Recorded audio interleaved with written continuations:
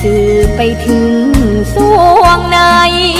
เข้าใจหลักธรรมหลักดีลิ้วเพลงธรรมถูกสัมพันธ์จิตใจร่าเริงฟังสาระธรรมะบันเทิงรื่นเริงในชีวิ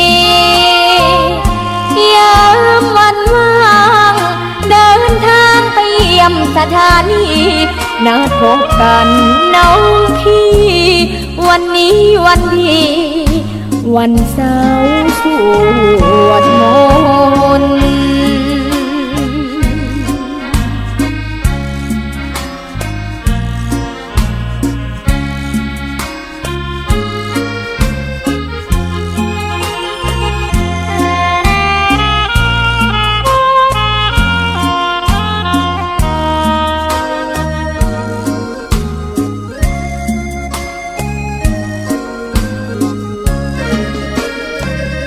เสียงคลื่นธรรมบอกหลักธรรมให้คลายความเหงาฟังเสียงธรรมะเบาเบาบอกเล่าถึงคนบ้านไกลสื่อธรรมะบอกลดละระหว่างด้วยใจสื่อไปถึงสวงในเข้าใจหลักธรรมหลักดีลิ้วเพลงธรรมถูกสัมพันธ์จิตใจร่าเริงฟังสาระธรรมะบันเทิงรื่นเริงในชีวิตยามวันว่างเดินทางไปเยี่ยมสถานีนัดพบกันน้องพี่วันนี้วันดีวันเสาร์สวดมนต์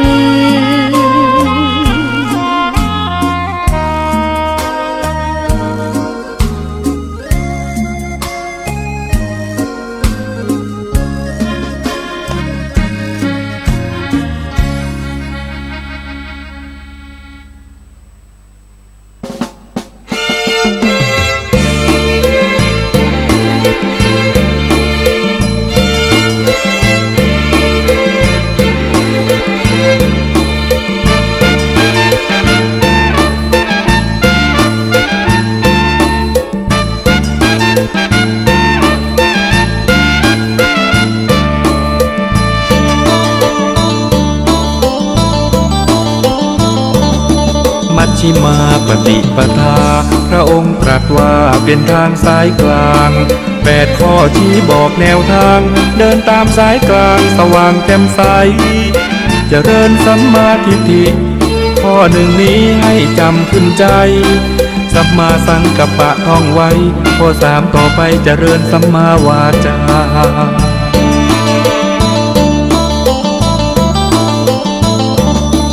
ข้อ4สัมมากัมมันตะจำให้ดีนะแสงส่องนำปัญญาจาก4แล้วมีข้อ5เจริญสัมมาอาชีพนั้นหนอสัมมาวายามะก็ดีบอกข้อ6นี้จิตเพียรอย่าท้อเจริญสัมมาสติให้พอข้อนี้คือข้อที่7ให้จำ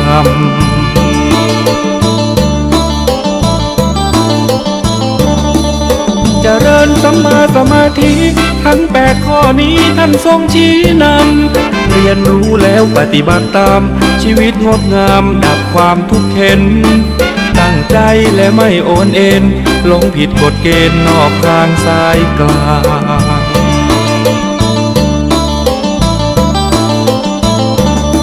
มัชฌิมาปฏิปทาพระธรรมล้ำค่าไม่มีจืดจางอริยสาวกรู้ทางไร้สิ่งกีดขวางตรงไปให้ถึงราคีไม่มีเกลือกลัวมุ่งดีเว้นชั่วเฝ้าคอยคำนึงสติสมาธิช่วยดึงให้เข้าไปถึงแก่นของพระธรรม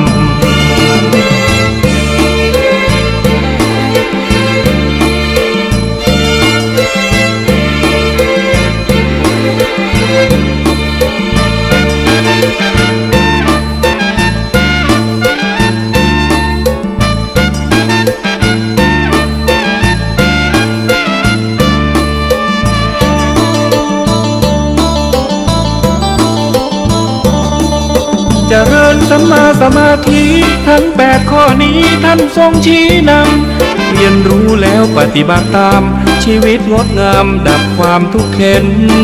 ตั้งใจและไม่โอนเอ็นหลงผิดกฎเกณฑ์นอกทางสายกลาง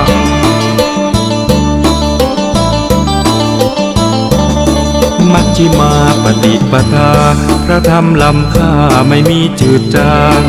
อริยสาวกรู้ทางไร้สิ่งกีดขวางตรงไปให้ถึงราคีไม่มีเกลือกลัวมุ่งดีเว้นชั่วเฝ้าคอยคำนึงสติสมาธิช่วยดึงให้เข้าไปถึงแก่นของพระธรรม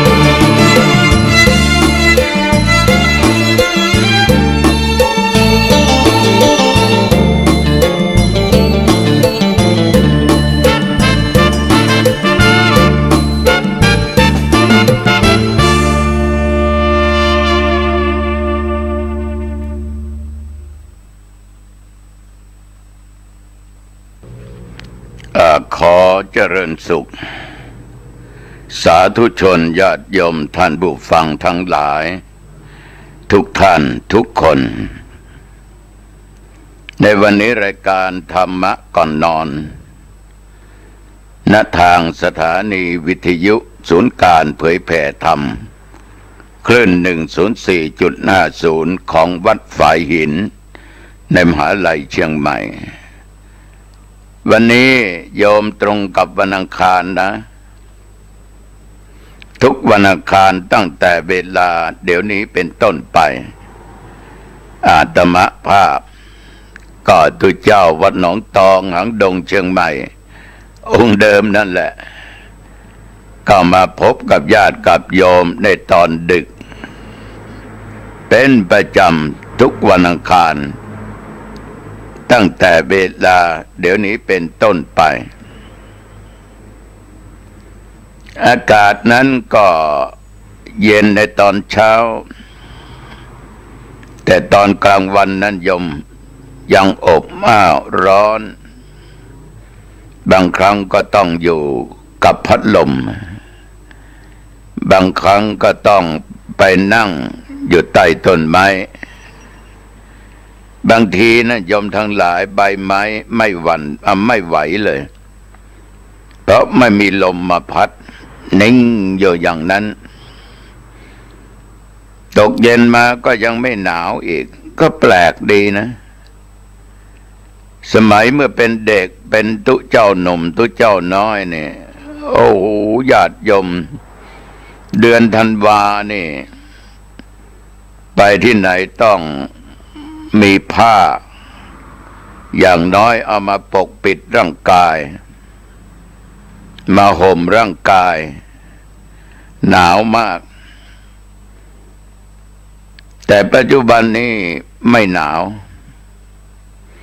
จะมีก็บนดอยอย่างดอยอินทนนท์เนี่ย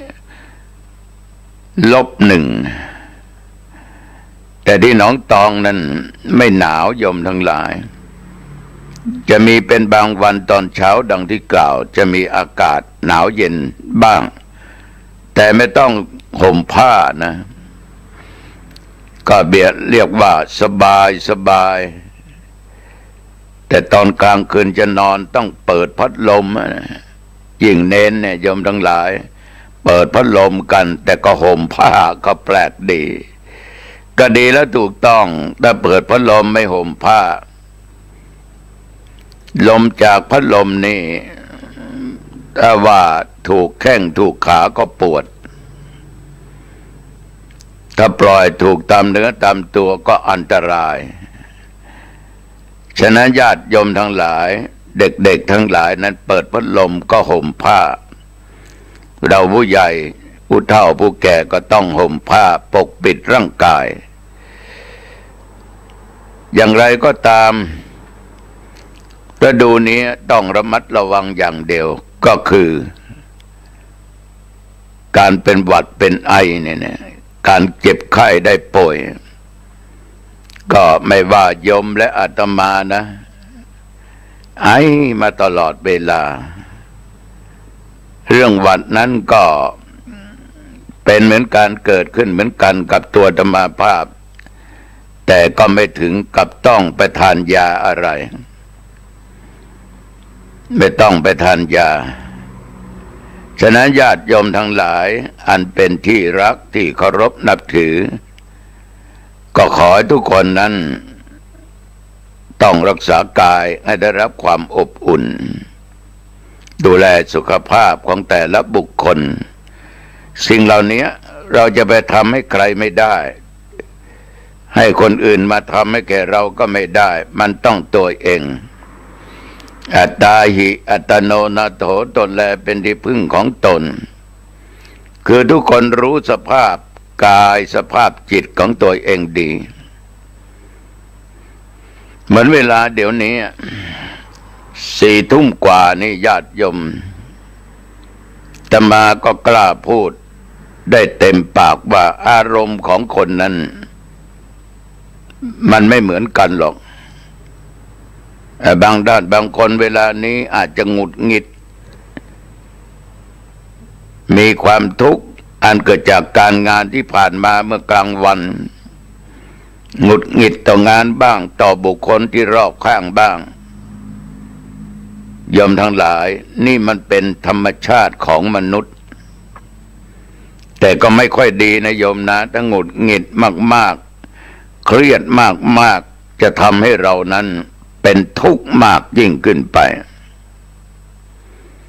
ก็ขอบอกและเตือนว่าปัญหาต่างๆที่ทำให้จิตหงุดหงิดนั้นไม่ประสบอารมณ์นั้นมันมีไว้แก้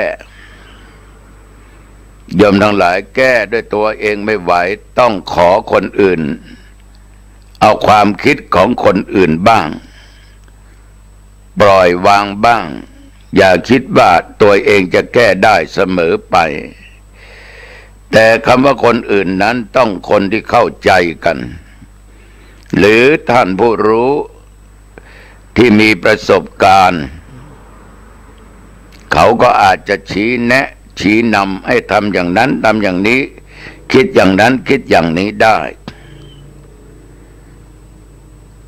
มันเหมือนเมื่อสมัย20 กว่าปีก่อนที่ผ่านมานะเกือบ30 ปีจะมาสร้างโบสถ์นะสร้างโบสถ์หมดไป5 ล้านกว่าบาทเพราะเป็นอาคาร2 ชั้นใหญ่มากก็โดยเหตุหลายประการนะกับญาติกับโยมบอกให้ทำมาก็ทำกันแต่ใจก็ชอบอันนี้สร้างไปโยมทั้งหลายมันติดหนี้เลยกับช่างที่ทำนั่นแหละจะขอเบิกเงิน270,000 บาทเงินมีไม่พอเหลือเงินประมาณ100,000 กว่าบาทเล็กน้อยก็บอกให้ช่างว่าเงินไม่พอช่างก็จะหยุดในการทำงานก็ทำไมเองก็มานั่งคิดนอนคิดเดินคิดจนปวดหัวนะปัญหาเหล่านี้ต้องหาเงินมาให้ช่าง270,000 บาทจะเอาที่ไหนมาขนาดว่านั่งสมาธิก็ไม่ตั้งมั่นนอนก็ไม่เป็นผลจะเดินจะทำอะไรก็ยังลืมไม่ได้ยังติดอยู่ในจิตในใจคิดอยู่ตลอดเวลาว่าโอ้โบสถ์นี้ไม่ใช่ของกูนะกูตายแล้วเขาก็คงไม่เอาศพของกูไปไว้บนโบสถ์แล้วก็เผาทั้งโบสถ์กับตัวกูนะคิดอย่างนี้ก็ยังไม่ปล่อยวางญาติโยมทั้งหลายเรียกว่าคืนทั้งคืนดีนะสมองมันไม่แตกเสียก่อนมันกระสับกระส่ายวุ่นวายไปหมดทีนี้ที่ว่าต้องติดหนี้270,000นั้นโยมทั้งหลายเราขาดสติเองเราบอกช่างว่านี่ขอเวลาหน่อยนะขอเอานี่ไปก่อนเขาก็คงไม่ว่าไงนะ แล้วขอเขามาทำงานต่อไป แต่ด้วยความขาดสติเวลานั้นเป็นครั้งหนึ่งในชีวิตและครั้งเดียวและครั้งสุดท้ายในชีวิตที่ตกอยู่ในสิ่งที่ทำให้จิตมัวหมองเศร้าหมองเกิดอารมณ์คร่ำเครียดขึ้นมาจนเช้ามาโยมทั้งหลายมีโยม2 คนผัวเมียเนี่ยซึ่งเป็นที่นับถือกันมากท่านก็มีตำแหน่งหน้าที่ใหญ่โตคนหนึ่งโยมผู้หญิงก็ถามว่านี่อาจารย์โบสถ์หลังนี้เมื่อไรจะเสร็จอาตมาก็ตอบว่าโยมก็คงใช้ทุนทรัพย์หรือตังมากพอสมควรแต่ปัจจุบันเนี่ยช่างมันจะเอาเงิน270,000 บาทอาตมายังไม่มีให้เลยมีก็มีเพียงแต่100,000 กว่าบาทเท่านั้นแสนประมาณ2-3 หมื่นตั้งขาดไปครึ่งกว่าโยมผู้หญิงก็พูดคุยกับโยมผู้ชายว่าพ่อช่วยอาจารย์หน่อยสิจัดพระป่าพาพระพวกสัก10 กว่าคนมาทอดถวายให้ท่านจะได้เบาใจจะได้สุขใจโบสถ์จะได้เสร็จเร็วๆโอ้โหคำนี้ในญาติโยมผู้ชายยังไม่ทันรับหัวมันมึนหมดเลยก็หายไปวับมันเหมือนกับมีอะไรอยู่ในสมองอยู่ในอกมันละลายไปหมดโยมผู้ชายรับท่านจะต้องการเท่าไหร่อาตมาก็บอกว่าแล้วแต่ศรัทธาไม่เป็นไรท่านเดี๋ยวให้6 วันอย่าเอามาให้บอกให้ช่างรอหน่อยเจ็บหัวนั้นหายนะโยมนะ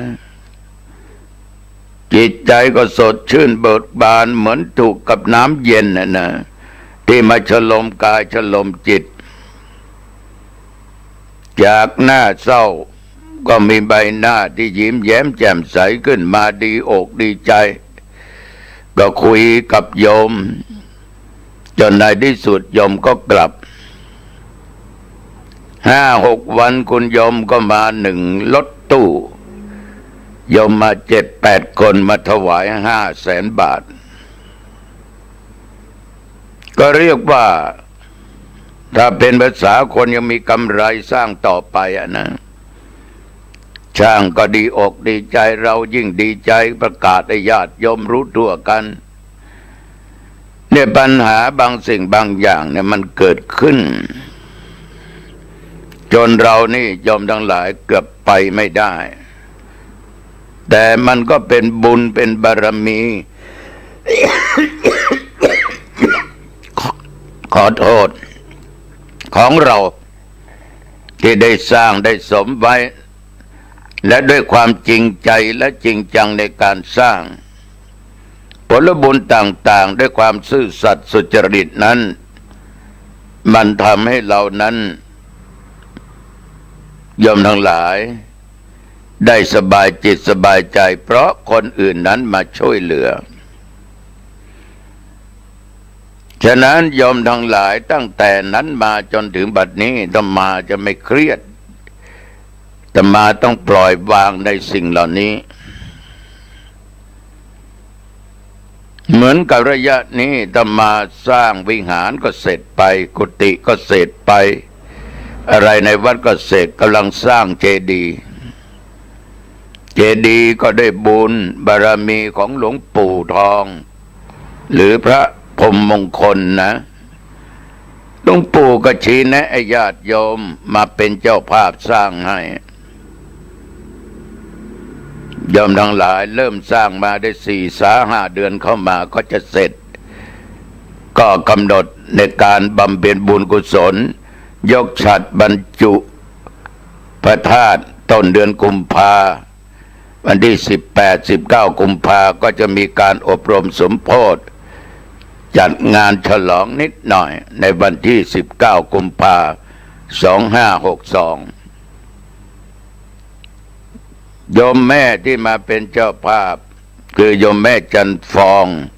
ขัดแก้วพร้อมกับลูกหลานได้มาเป็นเจ้าภาพเราไม่ต้องไปปวดหัวอะไรไม่ต้องคิดอะไรว่าโยมลูกชายของโยมแม่จัดการให้หมดนี่ญาติโยมทั้งหลายแม้แต่พระพุทธรูปที่จะเอาไว้ในโขงทั้งสี่ด้านโยมผู้ชายก็โทรมาว่าหลวงพ่อเกิดวันอะไรตอบวันเสาร์หลวงพ่อจะรอพระประจำวันเกิดไหมโอ้ไม่จำเป็นต้องรอขอให้โยมเอาไปหมดเลยขอเมตตาโยมนะทั้งวัดไม่มีทุนทรัพย์หรอกโยมก็รับปากความสบายจิตสบายใจนั้นมันเกิดความสุขยังบอกไม่ถูกทุกอย่างเกิดมาก็ได้บุญที่เราสร้างนะโยมนะจะมาคิดที่จะสร้างโรงพยาบาลแพทย์แผนทางเลือกอีกสร้างสถานที่ปฏิบัติธรรมคือที่พักใจพร้อมกับที่พักกายก็วางแผนไว้เรียบร้อยนะญาติโยมก็ไปช่วยเหลืออาตมาภาพแฟนรายการธรรมะนี่ไปช่วยตั้งแต่20 บาทขึ้นไปแล้วนะจนถึง10,000 บาทก็ยังพอมีอยู่ไม่สักกี่รายมีญาติโยมไปร่วมแจ้งความประสงค์ 1,800 ขอโทษ 1,080 กว่าคนก็ได้เงินไปสักกี่แสนนะโยมนะแต่ว่าอาคารจะสร้างต้องใช้งบหลายล้านบาทก็ยังรอบุญบารมีตัวเองว่ากูมีบารมีสูงไหมจะมีเศรษฐีผู้ใจบุญญาติโยมที่พร้อมที่จะร่วมสร้างบารมีเพื่อเกิดประโยชน์สุขต่อมหาชนทั่วไปมันเป็นการบรรเทาความเจ็บไข้ได้ป่วยของทุกคนบำบัดทั้งกายบำบัดทั้งใจใจนั้นสำคัญยิ่งถ้าใจนิ่งใจมีความสุข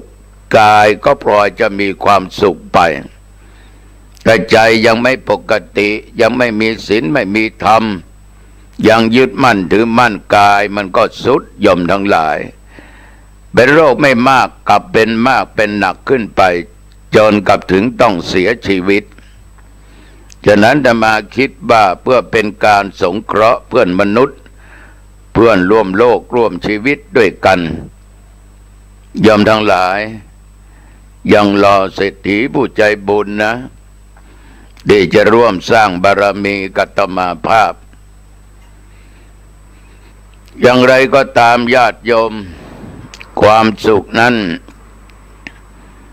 มันสุขทั้งทางกายและทางด้านจิตใจมันจะมีความสุขอันแท้จริงเมื่อสรุปแล้วก็อยู่ที่ธรรมะเท่านั้นเองอยู่ที่บุญที่กุศลอยู่ที่อานิสงส์ของการรักษาศีลอยู่ที่การเจริญเมตตาภาวนาเพราะการเจริญเมตตาภาวนาจะทำให้เรานั้นปลงใจได้ไม่ยึดมั่นถือมั่นแต่การทำบุญนั้นโยมทั้งหลายย่อมจะมีอานิสงส์ของแต่ละอย่างแม้แต่การถวายข้าวจี่นี่เมื่อถึงเดือน4เหนือนี่หรือมกราคมนี่โยมทั้งหลายประเพณีอย่างหนึ่งทางเมืองเหนือเราเคยปฏิบัติเรียกว่าตาลข้าวใหม่ตาลข้าวใหม่ตาลข้าวหล่อบางที่ก็ตาลข้าวจีข้าวหลามเดือน4เหนือนะก็ประมาณเดือนมกรานั่นแหละโยมมกรามันหนาวนี่โยมก็นั่งกันล้อมกองไฟเผาข้าวหลามกันเอาข้าวมาจีกันบางแห่งก็ไปจีข้าวถึงที่ในวัดบางที่ก็ถวายขันข้าวใหม่ญาติโยมทั้งหลายที่ถวายนั้นก็เพราะว่าข้าวใหม่จริงๆในยุคนั้นสมัยนั้นแต่ปัจจุบันเนี่ยมันก็มีนะข้าวใหม่แต่ว่ามันไม่ใช่ของเรานะ เพราะนาเราไม่มีไม่ได้ปลูกไม่ได้เก็บเกี่ยวไม่ได้สีไม่ได้ตำเหมือนสมัยก่อนฉะนั้นญาติโยมทั้งหลายสิ่งเหล่านี้ประเพณีต่างๆก็หายไปในสมัยก่อนนั้นแต่ละวัดแต่ละวานี่โยมถึงเดือนสี่มานี่เกิน15 ค่ำนั่นนะนอกจากจะมีการเผาหลัวเราเรียกว่าเผาหลัวหิงพระเจ้าคือเป็นพระเป็นเด่นก็ไปตัดไม้มาส่วนมากก็เอาไม้ชี้มารวมกันก่อเป็นเรียกว่ากองไฟนะตื่นเช้ามาประมาณตี 3ตี 4ก็จุดเผาก็เอาไม้ไผ่ต่างๆใส่เสียงก็ดังตุ่มต่ำตุ่มต่ำก็ปลุกญาติโยมลุกนั่นแหละไฟก็ลุกบางคนก็มาแต่เช้ามานั่งผิงไฟกันเปิดประตูหน้าตาเปิดประตูวิหารเรียกว่าให้แสงไฟนั้นเข้าถึงพุทธรูปแล้วก็บอกว่าหลัวหิงพระเจ้าสมไฟให้พระเจ้าเพราะมันหนาวแต่เดี๋ยวนี้มันไม่ค่อยมีนะมันหมดไปแม้แต่วัดหนองตองถึงจะมีทุกครั้งทุกปีก็ส่วนมากก็ต้องหาที่จุดแหละแต่ส่วนมากอาตมาก็ยังจุดตรงหน้าวิหารอยู่นะเอาไม้มารวมกันแล้วก็มัดให้มันแน่นแล้วพระสงฆ์องค์เด่นก็จุดก็เผากันญาติโยมมาทำบุญที่วัดทานข้าวใหม่กันถวายขันข้าวกันก็มานั่งผิงไฟกันบางคนก็เอาข้าวหลามมาบางคนก็เอาข้าวจีมาแต่ข้าวจีนี่ญาติโยมทั้งหลายจะเป็นข้าวหลามก็ตามอะไรก็ตามนะเมื่อถึงเวลานั้นมาในสมัยก่อนก็จะตระเตรียมกันแต่เดี๋ยวนี้ก็ไม่ค่อยมีนะที่ว่าเป็นการรักษาแบบแผนหรือประเพณีอันดีอันงามนั้นมันก็เสื่อมสูญไปหาได้ยากการทำบุญข้าวจีนี่ก็มักกระทำกันนะโยมทั้งหลายเป็นบางพื้นที่เท่านั้นแต่ละครอบครัวแต่ละท่านแต่ละคนไม่ว่าพ่อแม่ลูกหลานเนี่ยปู่ย่าตายายในสมัยก่อนก็ตระเตรียมพร้อมเครื่องอุปกรณ์ต่างๆมีไม้ข้าวหลามบ้างมีข้าวมีไข่เหล่านี้เป็นต้นพอถึงวันก็ลงมือกันทำนะบางคนก็เอาข้าวนี่ใส่ในบอกไม้ข้าวหลามไม้ไผ่บางคนก็เอากะทิก็ใส่บางคนก็เอาเกี่ยวกับน้ำอ้อยก็ใส่บ้างเอางาก็ใส่บ้างญาติโยมทั้งหลายบางคนก็เอาเข้ามาปั้นเป็นปั้นแล้วก็ทาด้วยน้ำอ้อยบ้างไข่บ้างตั้งไฟให้ลุกก็เอาไปผิงที่ไฟเผาด้วยไฟเสร็จเรียบร้อยแล้วก็ยกใส่สำรับคือขันข้าวที่จะไปทำบุญไปถวายพระที่วัดคือภิกษุสามเณรที่จำวัดอยู่นั้นในสมัยก่อนเคร่งครัดมากโยมทั้งหลายการทำบุญผู้เฒ่าผู้แก่ถือว่าทำแล้วได้บุญจริงๆก่อนจะถวายนั้นตายกตายิกาบาศกบาสิกาด้านก็ตั้งอกตั้งใจนะโยมนะสมาทานเอาศีล 5หรือว่าอุโบสถศีลตามความสามารถของแต่ละท่านแต่ละคน เมื่อรักษาศีลแล้วบางแห่งก็ยังมีจัดให้มีการแสดงธรรมเทศนาอานิสงส์ถวายข้าวหลามถวายข้าวจีเสร็จพิธีทำบุญข้าวจีท่านทั้งหลายชื่อว่าได้ดำเนินตามแนวทางที่กล่าวรักษาประเพณีอันดีและอันงามนั้น แต่ยุคปัจจุบันดังที่กล่าวมันไม่ค่อยมีโยมนะไม่มีนะหายากเพราะเราปล่อยปะละเลยกันมาเด็กก็ไม่รู้รุ่นของโยมนะที่นั่งฟังบางคนก็รู้บางคนก็ไม่รู้ยิ่งรุ่นอายุ40-50นี่จะไม่รู้เข้าจีมีน้อยที่สุดแต่ธรรมาภาพนี่จำติดตาเพราะเคยทำเอาข้าวเหนียวเราเนี่ยโยมทั้งหลายมาปั้นเอาไม้เข้าเสียบแล้วเอาน้ำอ้อยเอาไข่เข้าทาผิงเข้าไปอีกบางทีในญาติโยมข้างในก็ยังยัดไส้ด้วยน้ำพริกตาแดง โอ้แล้วมันสุกแล้วมันนั่งทานนี่มันอร่อยนะโยมนะต้องทานเมื่อมันร้อนมันเย็นแล้วไม่เข้าท่าแล้วเคยปั้นเข้านวดเข้าจนมันเหนียวนะจนมันพองโยมทั้งหลายเอาไปผิงไฟมันพองขึ้นมาถอดไม้มาขย้ำอีกปั้นให้มันเหนียวได้เท่าไหร่ยิ่งดี3-4 ครั้งก็เอาไข่ก็ทาน้ำอ้อยก็ทาผิงไฟเดี๋ยวมันก็พองขึ้นมาข้างในกรวงหมดเลยโอ้โหอร่อยแต่ต้องมือเราทำนะ ที่มือมันจะไม่มีคนอื่นทำถ้าเราไม่รังเกียจก็ทานได้กินได้นะแต่ถ้าเราทำเนี่ยโอ้โหมันอร่อยนะเหมือนจะมาว่าเมื่อกี้เนี่ยเอาน้ำพริกแดงนี่นะตาแดงนี่ใส่ยัดไส้ข้างในนะแล้วก็ข้างนอกทาด้วยไข่เหล่านี้เป็นต้นโยมทั้งหลายสิ่งเหล่านี้บางท่านเขาก็เอาไปถวายให้พระที่อยู่ในวัดในวา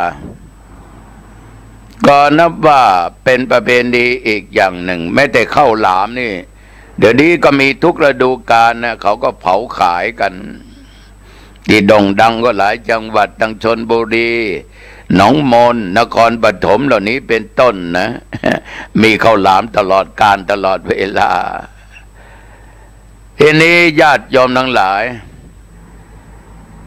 การกระทำในเรื่องเหล่านี้ก็ปรากฏให้เราเห็นชัดแล้วเช่นนี้แต่ในยุคก่อนนะยุคปัจจุบันนี้ไม่ค่อยเห็นชื่อได้ว่าเราได้ทำตามตัวอย่างของบัณฑิตท่านผู้รู้ในสมัยนั้นเป็นอย่างดีอาตมาพยายามที่จะฟื้นแต่มันไปได้ยากเพราะเด็กมันไม่มานะเด็กมันไม่เอาไม่ต้องว่าเด็กกับผู้ใหญ่มันไม่เอานี่ส่งท้ายปีเก่าต้อนรับปีใหม่ของสากลนี่วันที่31ต้อนรับวันที่1 มกราคม 2562ปีกุลจะเข้ามานั้นสาธุชนปีหมาก็จะผ่านไป ทางสำนักพุทธส่วนกลางทางรัฐบาลก็ให้ทุกวัดเจริญพุทธมนต์ข้ามปีเพื่อเป็นมังคละเป็นมงคลต่อชีวิตต่อบ้านต่อเมืองทุกวัดทำกันมาตลอดญาติโยมแต่ว่าตั้งแต่ทุ่มไปจนถึง4 ทุ่มนี่มันว่างอาตมาก็เลยให้คณะกรรมการวัดประธานผู้ใหญ่บ้านมกนายกจัดแลกของขวัญแหละโดยมีเจ้าอาวาสเอาของขวัญให้บ้าง ทุกแห่งทุกที่ก็จัดทำกันกรณีพิเศษก็เผาข้าวหลามจี่ข้าวกันกินก็เลี้ยงกันไปนะเราก็หาไม้ข้าวหลามมาเอาข้าวเข้าใส่กะทิเข้าใส่ถั่วเข้าใส่งาเข้าใส่ใครไม่ชอบก็เอาเปล่าๆเพียงแต่ข้าวกับน้ำดังกองไฟก็เผากันแหละโยมเด็กก็ชอบผู้ใหญ่ก็ชอบข้าวหลามต้องกินอุ่นๆร้อนๆข้าวจี่ต้องกินร้อนๆอุ่นๆนะมันเย็นไปแล้วมันก็ไม่ค่อยอร่อยมีการแลกของขวัญกันเด็กมันจะอยู่ไม่เกิน4 ทุ่ม แลกของขวัญพ่อแม่ก็พามันกลับที่เหลือก็รอโอกาสสมัยก่อนนี้จุดว่าวไฟกันได้แต่หนองตองในจุดไม่ได้เป็นเขตห้ามทางเดินของเครื่องบินสายการบินแต่เขาก็อนุญาตนะในวันที่31นั้นประมาณ4 ทุ่มขึ้นไปก็ปล่อยว่าวปล่อยโคมไฟได้สมัยก่อนนี้หนองตองนะคึกคักว่ามีคนทำว่าวไฟกันเยอะว่าวลมกันแยะญาติโยมในเขตเทศบาลหนองตองหางดงสำบัดตองได้ตังกันคนที่ทำคงว่าวปากว่าวก็ได้ตังขายไหมก็ได้ตังคนติดตัวว่าวก็ได้ตังคนทำเชื้อเพลิงก็ได้ตังทำอะไรเป็นอย่างไปโยมทั้งหลายก็ได้ตังกันเรียกว่าแบ่งกำไรให้กันใช้บางคนนี่ปีหนึ่งได้เป็นแสนนะได้หลายแสน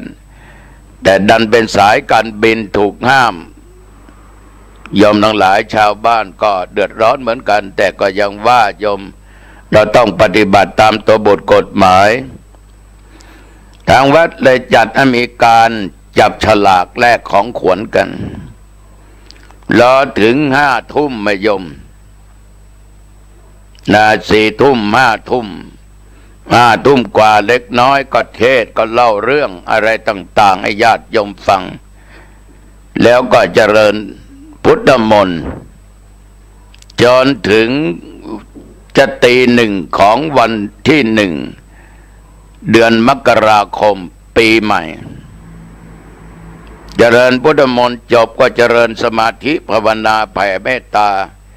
ให้แก่สรรพสัตว์และตัวเองถวายเป็นพระราชกุศลแด่พระเจ้าอยู่หัวทั้งรัชกาลที่9พระราชินีรัชกาลที่9และรัชกาลที่10แก่พระสงฆ์นิกรแก่ญาติโยมทุกสารทิศตอน11 โมงนี่โยมทั้งหลายโอ้โหคนหลั่งไหลเข้าวัดนึกว่าหนาวเย็นและจะไม่มีใครเข้าไปในวัดร่วมเจริญพุทธมนต์ก็มีญาติโยมเข้าไปอยู่มากส่วนมากก็เป็นวัยรุ่นก็ดีใจที่วัยรุ่นเข้าวัดผู้เฒ่าผู้แก่ก็กลับบ้านไปนอนหลับปุ๋ยนะก็มีคนวัยกลางคนอยู่บ้างเราก็มีอะไรแจกให้ศีลให้พรแก่ญาติแก่โยมฉะนั้นสิ่งเหล่านี้เราก็ปฏิบัติกันมาตลอดเวลาเราถือว่ามันเป็นบุญนะมันเป็นความดีโครงการเหล่านี้ดีที่ชักนำชักชวนคนเหล่านั้นยังรู้จักว่ามงคลคือสิ่งที่ดีสิ่งที่เป็นบุญนั่นเองแต่การจี่ข้าวหลามบ้างข้าวจี่บ้างอะไรบ้างเหล่านี้ญาติโยมมันก็เป็นประเพณีคนทำก็ได้กินอิ่มท้องยังไม่พอได้บุญได้กุศลได้ชื่อว่ารักษาประเพณีอีกเพราะว่าคนเราทุกคนที่เกิดมาพบพระพุทธศาสนาพุทธศาสนาเรานี้เรามีคำสอนชี้ช่องว่าสิ่งนี้เป็นบาปสิ่งนี้เป็นบุญสิ่งนี้เป็นคุณสิ่งนี้เป็นโทษนับว่าเป็นบุญญาลาภอันประเสริฐนะโยมนะหาสิ่งใดยิ่งกว่านี้มิได้อีกแล้วก่อนที่เราจะได้เกิดมาเป็นมนุษย์เป็นคนได้โยมก็เพราะว่าเรานี้ได้สร้างบุญสร้างกรรมเราก็ต้องอาศัยบุญกรรมที่เราก่อไว้ในปางก่อนชาติก่อนอย่างน้อยเราได้รักษามนุษยธรรมธรรมอันทำให้เราเป็นมนุษย์นั่นก็คือศีล 5ปานาเราไม่ฆ่าสัตว์ไม่เบียดเบียนสัตว์อาทินนาเราไม่ลักไม่โลภไม่โกงกาเมเราไม่ประพฤติผิดในกามในลูกเมียเขาสามีเขา มุสาเราไม่พูดเท็จไม่กล่าวคำหยาบไม่ติฉินนินทาไม่พูดอะไรที่ไร้สาระสุราเมเราไม่ดื่มเหล้าของมึนเมาทุกชนิดสิ่งเสพติดทั้งหลายยาบ้ายาม้าฝิ่นกัญชาโรอีนทินเนอร์โยมทั้งหลายเป็นมนุษยธรรมคือมันเป็นธรรมชนิดหนึ่งที่ทำให้เราเกิดมาเป็นมนุษย์ในโลกนี้แต่ถ้าบุคคลไหนบุคคลใดไม่ได้บำเพ็ญกุศลแต่ปางก่อนแล้วโยมทั้งหลายย่อมไม่ได้การเป็นมนุษย์ฉะนั้นเมื่อญาติโยมทราบดีเข้าใจดีว่าเราเกิดมาเป็นมนุษย์ก็เพราะบุญกุศลที่เรารักษาในมนุษยธรรมคือศีลห้าเราก็ไม่ควรประมาทในชาติที่เกิดมาและเราไม่ควรประมาทในชีวิตควรรีบเร่งบำเพ็ญกุศลยิ่งขึ้นไปเพื่อจะได้ถือเอากำเนิดสูงขึ้นไปเช่นถ้าเป็นมนุษย์อีกก็จะได้เกิดในตระกูลมหาศาลมียศถาบรรดาศักดิ์มีตำแหน่งหน้าที่เกิดเป็นลูกเจ้าขุนมุลนายมีเงินมีทองมีทรัพย์สมบัติมีมนุษย์สมบัตินิพพานสมบัติจะสำเร็จได้ก็ต้องอาศัยการบำเพ็ญบุญกุศลอะไรโยมทั้งหลายเป็นสิ่งที่ก่อให้เกิดบุญกุศลนั้นก็คือการให้ทานเหมือนญาติโยมไปทำบุญช่วยกันสร้างบารมีแก่อาตมาภาพในการสร้างโรงพยาบาลและสถานที่ปฏิบัติธรรมถึงจะไม่ได้มากก็ตามแต่ไปด้วยจิตศรัทธาของญาติของโยมก็เป็นการให้ทานไม่ว่าโยมจะทานเท่าไรบริจาคเท่าไรก็เป็นบุญดังนั้นเพราะจิตใจของโยมตั้งด้วยเจตนาอันบริสุทธิ์เวลาให้ก็มีเจตนาอันดีให้แล้วโยมก็ไม่ยึดมั่นถือมั่นมีเจตนาบริสุทธิ์ดีอกดีใจจะมารู้จิตใจของโยมเหมือนมีโยมคนหนึ่งไปกับหลานน้อยหลวงพ่อหนูตั้งใจมานานแล้วเขาเป็นข้าราชการบำนาญว่าจะมาช่วยหลวงพ่อสร้างสถานที่ปฏิบัติธรรมและสร้างโรงพยาบาลแพทย์แผนทางเลือกแกก็เอาปัจจัย10,000 บาทรู้เพราะว่าเขียนไว้หน้าซองระหว่างที่เขาประเคนอาตมานั้นอาตมาเห็นมันหน้ายิ้มแย้มแจ่มใสอิ่มเอิบบอกว่าเขาจิตใจเขานั้นใสสะอาดบริสุทธิ์เขามีความสุขอาตมาก็ให้พรจนอายุวันโนสุขังพลังเขาก็นั่งยิ้มอมยิ้มมีความสุขก็สนทนาธรรมกับโยมเขาพอสมควรก็มีโยมอีกคณะหนึ่งขึ้นมาก็ไปจากอำเภอสันกำแพงนะไปนิมนต์อาตมาภาพเทศที่บ้านสันกลางเหนืออำเภอสันกำแพงอาตมาก็รับนิมนต์แล้วคนโยมทั้งสองก็บอกว่าหลวงพ่อจะสร้างตรงไหนอาตมาก็ถามว่าสร้างอะไรโรงพยาบาลและสถานที่ปฏิบัติของเราต้องมีศีลเป็นต้นอาตมาภาพได้กล่าวบ่อยครั้งว่าคนทุกคนจะต้องมีศีลเป็นพื้นฐานเหมือนกับตึกรามบ้านช่องใหญ่โตอย่างไงก็ตามกี่ชั้นก็ตามต้องมีฐานที่มั่นคงจะมาสร้างเจดีย์ก็ต้องมีฐานที่มั่นคงสร้างโบสถ์สร้างวิหารสร้างกุฏิต้องมีฐานที่มั่นคงถ้าฐานไม่มั่นคงแผ่นดินไหวสุดได้หรือไม่ไหวเกิดอะไรขึ้นมาสุดได้ทั้งตัวอาคารเลยโยมฉะนั้นศีลนี่ตั้งแต่ข้อ 1 ถึงข้อ 5มันเป็นฐานอันสำคัญยิ่งนอกจากโยมจะให้ทานแล้วโยมจะต้องสร้างฐานเหล่านี้รองรับพระธรรมาได้พูดไปเบื้องต้นว่ามนุษยธรรมคือทำให้เป็นมนุษย์มนุษย์โสเป็นมนุษย์อย่างถูกต้อง ญาติโยมจะได้เป็นมนุษย์เปรตโตมนุษย์เปรตนะเดรัจฉานโนสัตว์เดรัจฉานนิรโยสัตว์นรกฉะนั้นญาติโยมทั้งหลายเราต้องบำเพ็ญทานแล้วรักษาศีลจะเป็นศีล5ศีล8อุโบสถศีลก็ช่างเน้นก็10ข้อตุเจ้าอย่างธรรมา227ถ้าเราทำอย่างนี้ญาติโยมทั้งหลายสมบัติทั้งปวงก็จะเกิดขึ้นแก่เราถ้าเราไม่เอานิพพานนะเกิดมาชาติไหนชาติใดเราก็จะพบทรัพย์สมบัติที่เราสร้างไว้ที่เราปลูกไว้ทำไว้เพราะเราได้ทำบุญสุนทานมามากช่วยเหลือพุทธศาสนาสร้างวัดสร้างวาสร้างโบสถ์สร้างวิหารสร้างเจดีย์สร้างโรงพยาบาลสร้างสถานที่ปฏิบัติธรรมสร้างโรงเรียนทำสิ่งที่เป็นสาธารณประโยชน์แก่ผู้ด้อยโอกาสไม่ว่าคนชราก็ดีคนเจ็บไข้ได้ป่วยก็ดีบำรุงพระสงฆ์องค์เด่นก็ดีสิ่งที่เราให้นะโยมให้มากให้น้อยก็เป็นผลอนาคต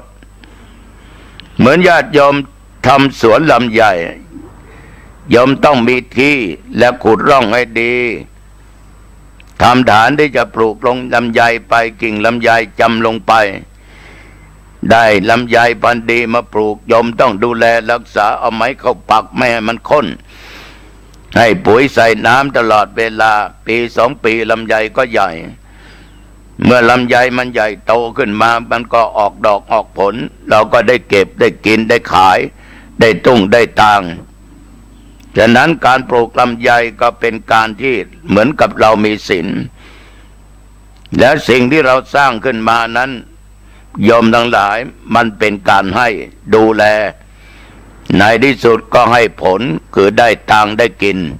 ผลของลำไยที่เก็บมากินเก็บไปขายฉะนั้นโยมเราสร้างอะไรไว้เนี่ยมันไม่เสียหลายเกิดมาพบไหนชาติใดเราก็จะเจอสิ่งที่เราสร้างไว้ถ้าไปเกิดบนเทวโลกพรหมโลกก็ได้อาหารทิพย์แหละเกิดเป็นมนุษย์ก็มีอาหารของมนุษย์ปัจจัยเงินทองสิ่งของที่เราสะสมไว้อดีตชาติหลายภพหลายชาติก็มาอุดหนุนเราเกิดมาชาตินี้เป็นมนุษย์ด้วยอานิสงส์ของศีลผิวพรรณวรรณะเราก็ดีอวัยวะก็ครบถ้วนไม่ต้องตาบอดหูหนวกแขนขาไม่กุดไม่ด้วนเพราะเราเป็นคนมีศีลรักษาศีลปากไม่บิดไม่เบี้ยวเพราะเรามีศีลข้อที่4ใบหน้าก็ต้องสดใสผิวพรรณวรรณะผ่องใสญาติโยมทั้งหลายเพราะเรามีศีลฉะนั้นบุญกุศลต่างๆที่เราสร้างไม่เสียหลายบางคนเกิดมามีสติปัญญาดีเฉียบแหลมดีทันคนดีเพราะอดีตชาติเจริญสมาธิภาวนาให้มันครบ3ก็ดีเกิดมาเป็นมนุษย์ต้องทันอยู่ตลอดมีความคิดที่ดีมีปัญญาที่เลิศฉะนั้นญาติโยมทั้งหลายทุกสิ่งทุกอย่างอะไรก็ตามที่เป็นสิ่งที่ดีเราก็ควรทำอย่างไรจึงจะได้สมปรารถนาข้อนี้สมเด็จพระศาสดารับรองไว้ด้วยการทำบุญกุศลเพราะมีหลักอยู่ว่าทำดีได้ดีทำชั่วได้ชั่วญาติโยมทั้งหลายคำที่เขาพูดอย่าไปฟังคนพาลมักจะพูดว่าทำดีได้ดีไม่ดีไหนทำชั่วได้ดีมีถมไปถ้าฟังคนเหล่านี้โยมทั้งหลายตกล่มตกจมการทำบุญทำกุศลคือการถวายทานเนี่ยใกล้เดือน4มาไม่ว่าจะทานข้าวใหม่ข้าวเปลือกข้าวสารทานข้าวหลามทานข้าวจีโอทนะต่างๆก็เหมือนกับท่านทั้งหลายจะกระทำบุญกันอยู่ขณะที่ถึงเวลาก็จัดว่าเป็นการทำดีไม่ใช่การทำชั่วแต่จะมีบางท่านบางคนนี่คิดมั่วไปเลยเขาจะจีเข้าเขาจะทำข้าวหลามเขาจะทำขนมเขาจะเข้าเปลือกข้าวสารแต่ทำบุญสุนทานก็บอกว่าทำไปทำไมไม่เห็นมันได้ประโยชน์อะไร กินก็ไม่ได้กินเอาไปให้ตุ๊ให้เน้นกินเสียทานเสียสันเสียยังว่าเสียอีกนะโยมคือคนที่มันไม่เข้าใจแล้วมันจะลดละเลิกในสิ่งที่ดีประเพณีอันงดงามญาติโยมเราไปตามคนพวกนี้แหละสิ่งเหล่านี้ก็ตึงมาลายหายสิ้นไปโยมเห็นที่ไหนบ้างที่ดังไฟหลวงหิงพระเจ้าทำข้าวจี่ข้าวหลามทานข้าวใหม่พอยังมีนะแต่มาเห็นเด็กในยุคปัจจุบันบางคนนั่นยกขันเข้ามามีข้าวหลามมีข้าวจี่มีข้าวต้มขนมก็ถามว่าอันนี้ทำไมใส่ตั้งเยอะตั้งแยะทานข้าวใหม่เลยทุลุงทานนะอีพ่ออีแม่พ่ออุ้ยแม่อุ้ยญาติที่ล่วงลับดับขันไปเด็กมาพูดอย่างนี้เราก็ดีอกดีใจแสดงว่าพ่อแม่นั้นปลูกฝังให้เด็กได้รู้ได้เห็นได้ทำสาธุชนญาติโยมทั้งหลายการทำความดีนี้มันเป็นผลดีถ้าเราทำไม่ดีก็พลาดโอกาสฉะนั้นจึงควรสั่งสมเอาไว้เพราะการสั่งสมบุญกุศลไปทีละเล็กทีละน้อยย่อมนำสุขมาให้สมเด็จพระจอมไตรมุนีนาถศาสดาจารย์จึงตรัสเป็นพระพุทธภาษิตรับรองไว้ว่าสุโขปุญญัสสะอุจโยแปลว่าการสั่งสมบุญนำมาซึ่งความสุขนี่ก็เป็นที่ประจักษ์แล้วญาติโยมว่าการทำบุญนั้นได้ความสุขอย่างแน่นอนวันนี้คืนนี้ตุเจ้าวัดหนองตองรบกวนเวลาญาติโยมลูกหลานพี่นะอาพ่อแม่ทั้งหลายมาจนดึกเห็นว่าพอสมควรแก่เวลาเอาสำรวจประตูบ้านปิดหรือยังโยมล็อกก่อนหรือยังไขกุญแจหรือยังเก็บของมีค่าไว้เป็นที่เป็นทางอะไรที่จะต้องใช้พวกนี้ตระเตรียมไว้ให้พร้อมนะโยมนะปิดประตูบ้านปิดหน้าต่างเก็บของให้เรียบร้อยปิดฟืนปิดไฟดับไฟเสียปิดสวิตช์ไฟเสียอย่าให้เสียเวลาหลังจากอาบน้ำอาบท่าแต่งเนื้อแต่งตัวเรียบร้อยจะดื่มน้ำก็ดื่มเข้าห้องนอนห้องพระไม่มีห้องพระก็ห้องนอนไหว้พระสวดมนต์กราบพระสัก5 ครั้ง1กราบพระพุทธ2กราบพระธรรม3กราบพระสงฆ์4กราบพระในบ้านคือบิดามารดา5กราบพระคือครูอาจารย์อุปัชฌาย์ของเรายอมทั้งหลายเรียบร้อยสวดมนต์เจริญพุทธมนต์อิติปิโสสวากาโตสุปฏิปันโน